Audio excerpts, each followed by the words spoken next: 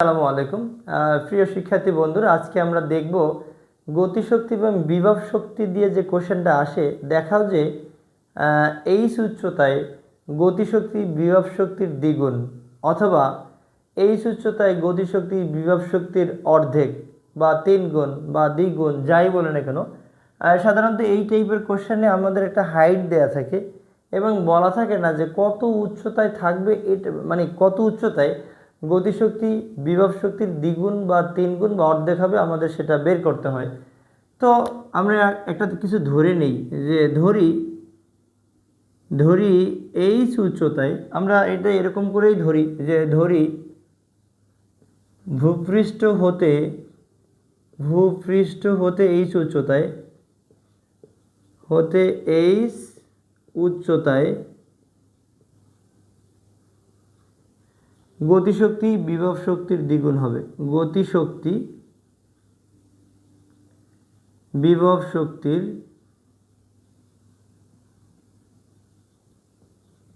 শক্তির দ্বিগুণ হবে।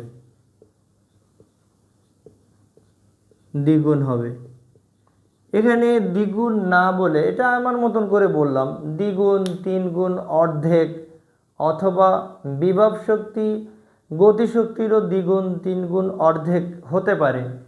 তো আমার এই কোশ্চেনটা ভালোভাবে সলভ করার জন্য আমরা দেখব যার সাথে র আছে, অর্থাৎ যার সাথে র যুক্ত থাকে তার সাথে গুণ দিতে হয়। তো এখানে আমরা লিখলাম ভূপৃষ্ঠ হতে এইচ উচ্চতায় গতিশক্তি বিভব শক্তির র আছে, কার সাথে? বিভব শক্তির সাথে। হ্যাঁ, বিভব শক্তির দ্বিগুণ হবে। তাহলে আমরা এটা এরকম লিখতে পারি, ইকে মানে কি?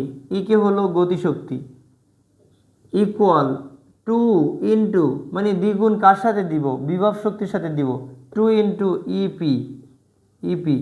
ইকে ইকুয়াল হলো হাফ এম ভি স্কয়ার, এবং বিভব শক্তি হলো এম জি। বিভব শক্তির ক্ষেত্রে হাইট কত হবে? বিভব শক্তির ক্ষেত্রে হাইট হবে এইচ, তার মানে এম জি এইচ আমরা ইউজ করব।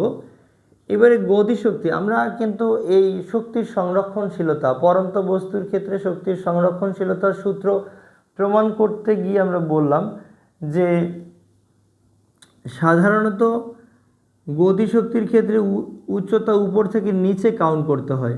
গতিশক্তির ক্ষেত্রে উচ্চতা হলো উপর থেকে নিচে, এবং বিভব শক্তির ক্ষেত্রে উচ্চতা নিচ থেকে উপরে।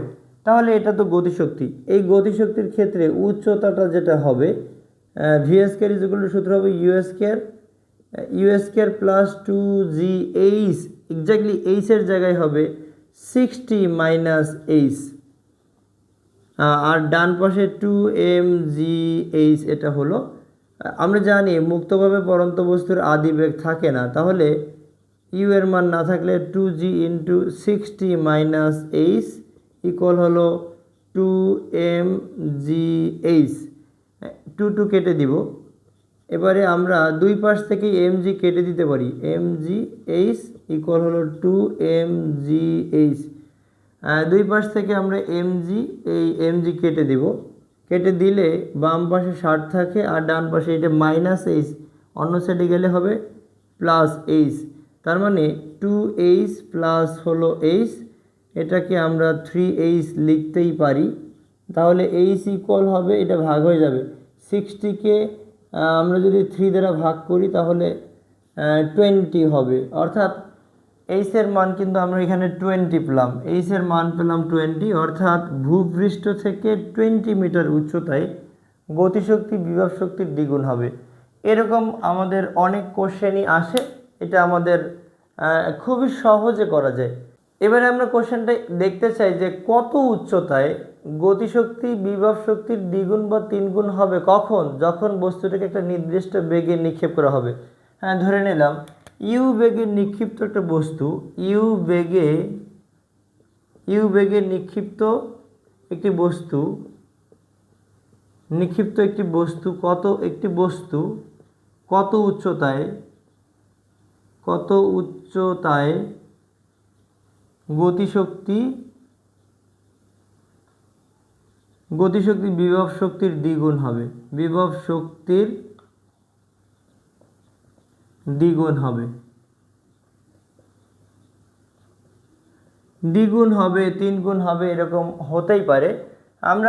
আমরা কিন্তু এক্স্যাক্টলি এখানে হাইট জানি না। তো আমরা এখানে একইভাবে ধরে নেব, ধরি এইচ উচ্চতায়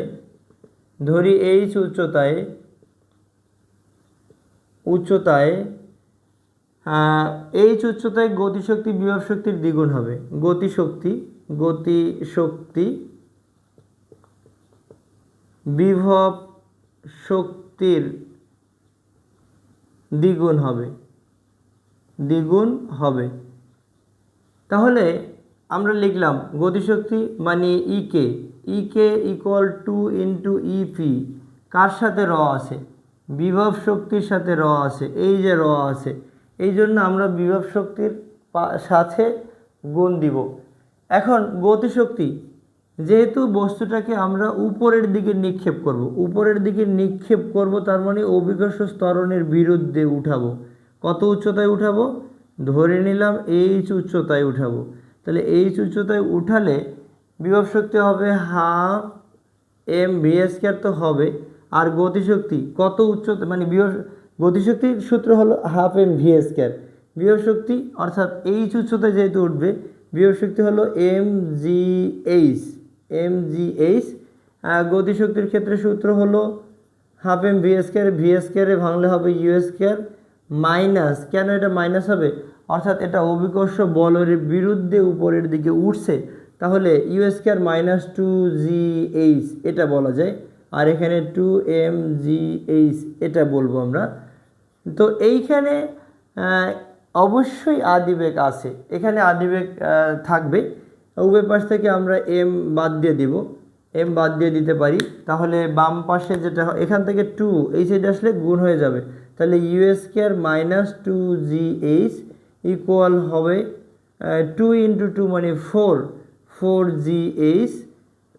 তাহলে আমরা লিখতে পারি 4 প্লাস 2 একদিকে নিয়ে যেতে পারি, 4gh প্লাস হলো 2gh, তাহলে এটা হয় 6gh বাই হলো ইন্টু হলো মানে ইউ স্কয়ার ইকুয়াল 6gh। তো ফাইনালি এইচ ইকুয়াল লেখা যায় ইউ স্কয়ার বাই 6g। তো আমরা এভাবে যদি করি, অর্থাৎ কত উচ্চতায় বা ইউ নির্দিষ্ট একটা বেগে নিক্ষিপ্ত একটি বস্তু কত উচ্চতায় বিভব শক্তি গতিশক্তির দ্বিগুণ হবে বা অর্ধেক হবে বা 3 গুণ হবে, কত উচ্চতায় বস্তুটা উঠবে সেটা কিন্তু আমরা জানি না। এই জন্য আমরা ধরে নিলাম বস্তুটা এইচ উচ্চতায় উঠবে।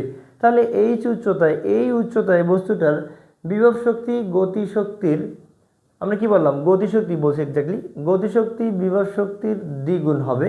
তা আমরা লিখে নিলাম ইকে ইকুয়াল টু ইপি, গতিশক্তির সমীকরণ লিখলাম, বিভব শক্তি এমজিএইচ। কেন এমজিএইচ হবে? অর্থাৎ সর্বোচ্চ এইচ উচ্চতাটাই উঠবে। এবারে বিভব শক্তির ক্ষেত্রে নিক্ষিপ্ত বস্তু হবে, যেহেতু এখানে কি বলা আছে? এখানে বলা আছে ইউ বেগে নিক্ষেপ করা হলো। এটাও খুব সহজ, অর্থাৎ গতিশক্তি এবং বিভব শক্তির তুলনা দিয়ে যে কোশ্চেনটা আসে, জাস্ট এই দুইটা কোশ্চেনই আসে সহজ। আমরা যদি একটু প্র্যাকটিস করি, এরকম অঙ্ক আমরা যে কোনো অঙ্ক সমাধান করতে পারবো।